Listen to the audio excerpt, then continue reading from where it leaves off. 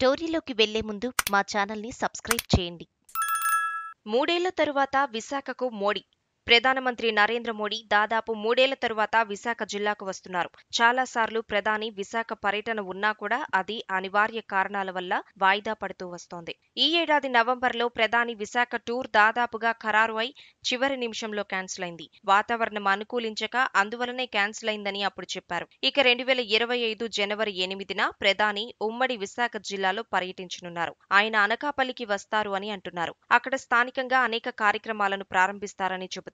అంతేకాదు అనకాపల్లిలో ప్రధాని బహిరంగ సభను ఏర్పాటు చేశారు. అనకాపల్లి ఎంపీ బీజేపీకి చెందిన సీఎం రమేష్ ఉన్నారు. అందువల్ల ప్రధాని అనకాపల్లిలో పర్యటిస్తారని తెలుస్తోంది. అయితే ఆయన విశాఖ జిల్లాలో జరిగే అభివృద్ధి కార్యక్రమాలకు కూడా ఈ సందర్భంగా శ్రీకారం చుడతారు అని అంటున్నారు. ప్రధాని చేతుల మీదుగా రైల్వే జోన్ భవన నిర్మాణాలకు శంకుస్థాపన జరుగుతుందని అంటున్నారు. అదేవిధంగా అనేక ఇతర కార్యక్రమాలు ఆయన ప్రారంభిస్తారని తెలుస్తోంది. అయితే ప్రధాని ఉమ్మడి విశాఖ జిల్లా టూర్లో మరోమారు విశాఖ ఉక్కు కర్మాగారం ప్రైవేటీకరణ ఇష్యూ చర్చకు వస్తోంది. ప్రధాని దీని మీద ఏమి చెబుతారు అన్నది అంతా ఆసక్తిగా చూస్తున్నారు. విశాఖ ఉక్కు విషయంలో కీలక నిర్ణయం తీసుకోవాలని, దానిని ప్రభుత్వ రంగంలోనే ఉంచాలని ఉక్కు కార్మికులు కోరుతున్నారు. ఇప్పటికీ 1500 రోజులుగా ఏకధాటిగా ఉక్కు ఉద్యోగులు, కార్మికులు నిరవధిక దీక్షలు చేస్తున్నారు.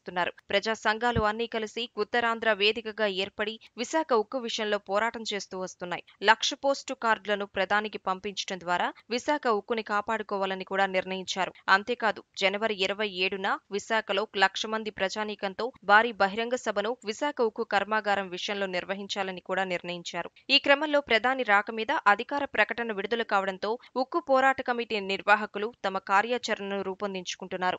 ఏది ఏమైనా విశాఖకు ప్రధాని వస్తున్నారు. అది కూడా 3వసారి ఆయన ప్రధాని అయ్యాక రావడంతో సర్వత్రా ఆసక్తి నెలకొంది. రాజకీయంగా కూడా ఇది చర్చనీయాంశమవుతుంది. ప్రధాని నరేంద్ర మోడీ ఉమ్మడి విశాఖ జిల్లాకు ఇవ్వబోయే వరాల గురించి కూడా అంతా చర్చించుకుంటున్నారు. అదేవిధంగా ఉత్తరాంధ్రకు విభజన చట్టంలో ఇచ్చిన హామీల మీద ప్రధాని ఏమి చెప్పబోతున్నారు అన్నది కూడా ఆసక్తిగా ఉంది. మొత్తానికి మోడీ టూర్ ఎట్టకేలకు అధికారికంగా ఫిక్స్ అయింది. దాంతో అంతా ఆయన రాక కోసం వేయి కళ్లతో ఎదురు చూస్తున్నారు.